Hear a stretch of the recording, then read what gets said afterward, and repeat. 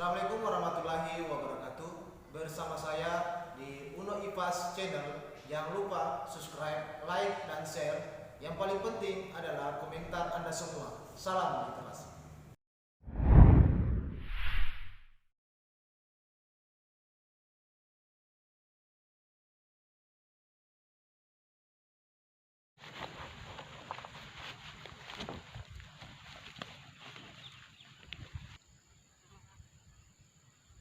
Bismillahirrahmanirrahim. Assalamualaikum warahmatullahi wabarakatuh.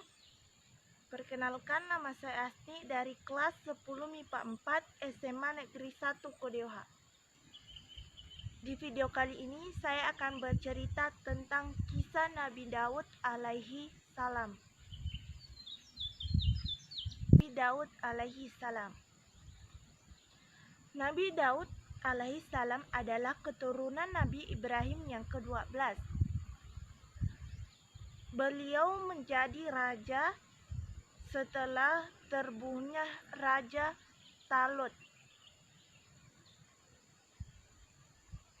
Pada waktu itu, ada pula raja kafir yang bernama Jalut. Dalam Al-Quran dinyatakan, "Tiadakah engkau tahu satu golongan dari Bani Israel sesudah wafatnya Musa, tak kala mereka berkata kepada seorang nabi mereka, angkatlah seorang raja untuk kami, supaya kami berperang di jalan Allah." Dia menjawab, "Apakah tidak bisa jadi kalau kamu diwajibkan berperang, bahwa kamu tidak akan berperang?" Mereka menjawab, "Mengapa kami tidak mau berperang di jalan Allah? Padahal kami telah dihalau keluar dari kampung kami,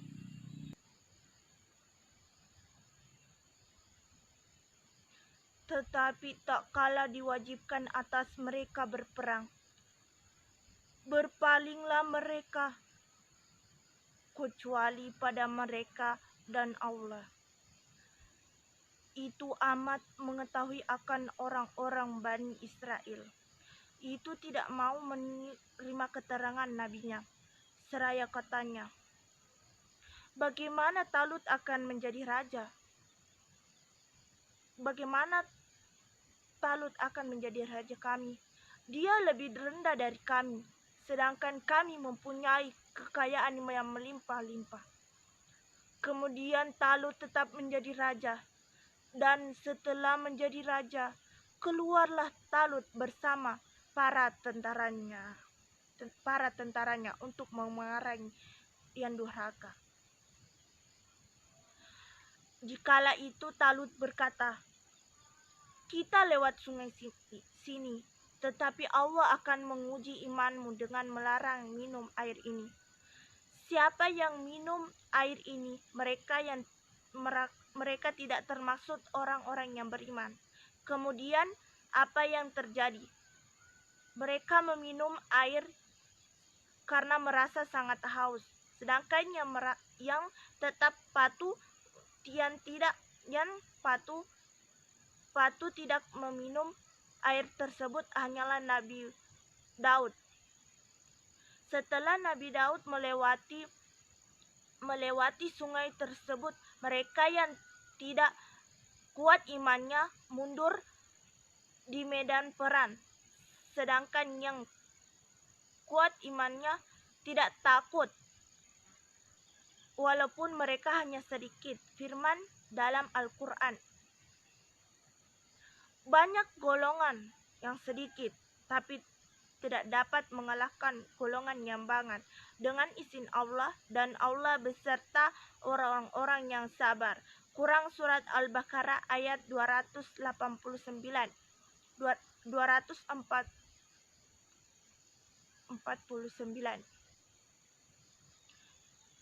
Dalam peperangan ini, Jalut mati terbunuh oleh salah satu bala tentara yang bernama Daud.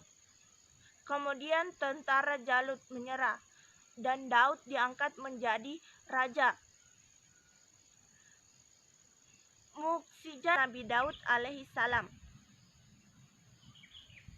Nabi Daud alaihi salam terkenal dengan suaranya yang sangat merdu. Tak ada yang menandinginya. Inilah karunia Allah yang dicurahkan kepadanya dan menjadi mukjizat kenabiannya. Karena bagusnya suara beliau, maka jika ia membaca kitab-kitab sabur dengan nyanyian yang merdu, maka jika terdengar oleh orang-orang yang sakit, maka orang sakit tersebut menjadi sembuh. Dan daun-daun pepohonan angin ikut tenang.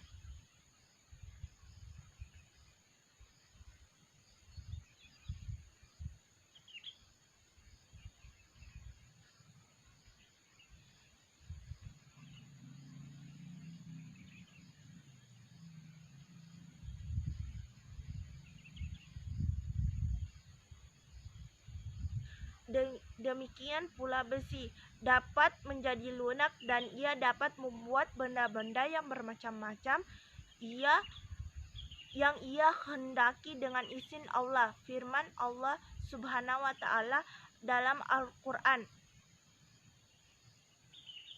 sesungguhnya kami telah memberikan kepada Daud, lalu kami berfirman, hai gunung-gunung, bacalah tasbih berulang bersama Daud. Begitu pula burung-burung dan besi. Itu kami jadikan lunak di hadapannya. Buatlah serta tenunkan baju besi, lalu kerjakan amalan saleh. Sesungguhnya aku melihat apa-apa yang kamu kerjakan. Quran surat Saba ayat 10-11. Kitab yang diturunkan kepadanya adalah kitab Sabur, sebagaimana, dan sesungguhnya Allah telah melebihkan nabi-nabi atas sebagian lainnya, dan kami memberikan kitab Sabur kepada Daud.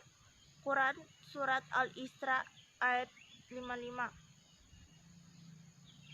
Beliau meninggal dalam usia 100 tahun lebih 6 bulan dan dimakamkan di Baitul Maqdis.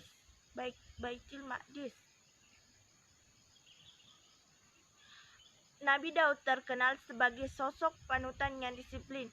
Ia membagi waktu sehari-harinya menjadi 4 bagian.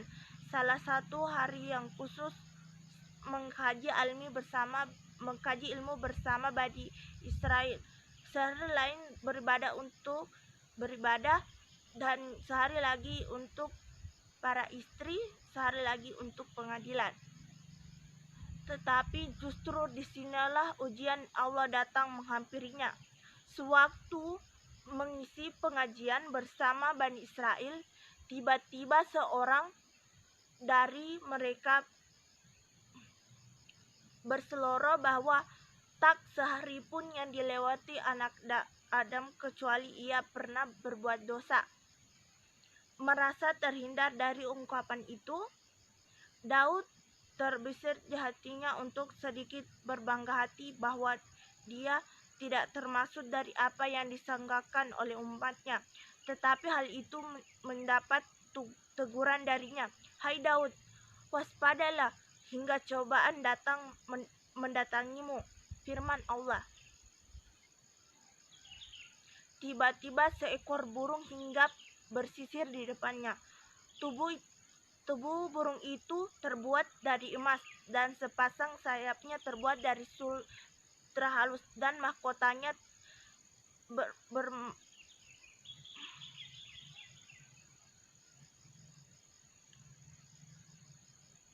Daud terkesima dengan burung itu. Ia yakin bahwa burung tersebut datang dari surga. Terpukau pada keindahannya, ia berkeinginan untuk menangkap burung tersebut. Lantas diberikan kepada putra kecilnya. Ia pun mengejar burung-burung tersebut, tetapi apa daya, justru tiap kali burung nyaris digenggam, selalu saja lepas dan lolos.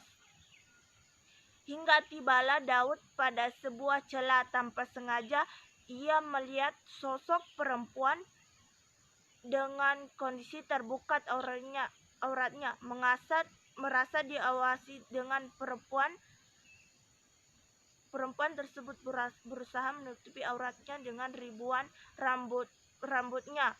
Mereka telah berbuat zalim kepada saudaranya. Mereka meminta keputusan pengadilan. Nabi Daud berkata, sesungguhnya ia telah berbuat zalim dengan meminta kambingmu itu untuk ditambahkan kepada kambingnya. Tetapi jawaban ini malah direspon gelak tawa oleh kedua orang pria tersebut. Nabi Daud terheran dan merasa aneh. Engkau berbuat zalim, mengapa justru tertawa? Rupanya kau perlu kapak untuk menghancurkan ini dan inimu. Yang dimaksud adalah kening dan mulutnya.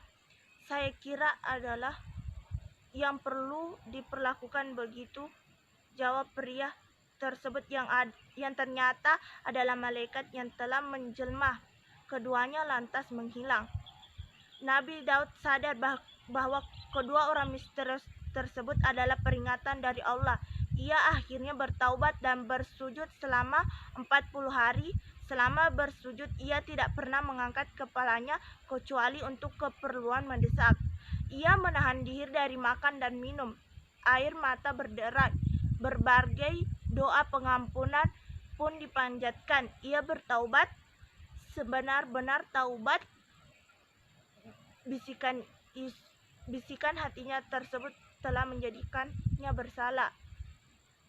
Maha suci Sang Pencipta, cahaya Tuhanku, hanya kepada Engkaulah aku lari dengan membawa segala dosaku, dan aku mengaku atas kesalahanku. Oleh karena itu, janganlah Engkau jadikan aku orang yang putus asa, dan jangan pula Engkau susahkan aku pada hari kiamat nanti, kata Daud dalam sebuah doanya. Dengan ketulusan dan kesungguhan bertaubat, itulah akhirnya Allah mengabulkan permintaan Nabi Daud alaihi salam. Assalamualaikum warahmatullahi wabarakatuh. Terima kasih telah menonton video ini.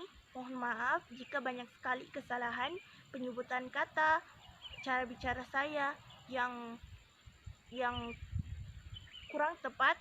Mohon dimaafkan. Sekian, assalamualaikum warahmatullahi wabarakatuh.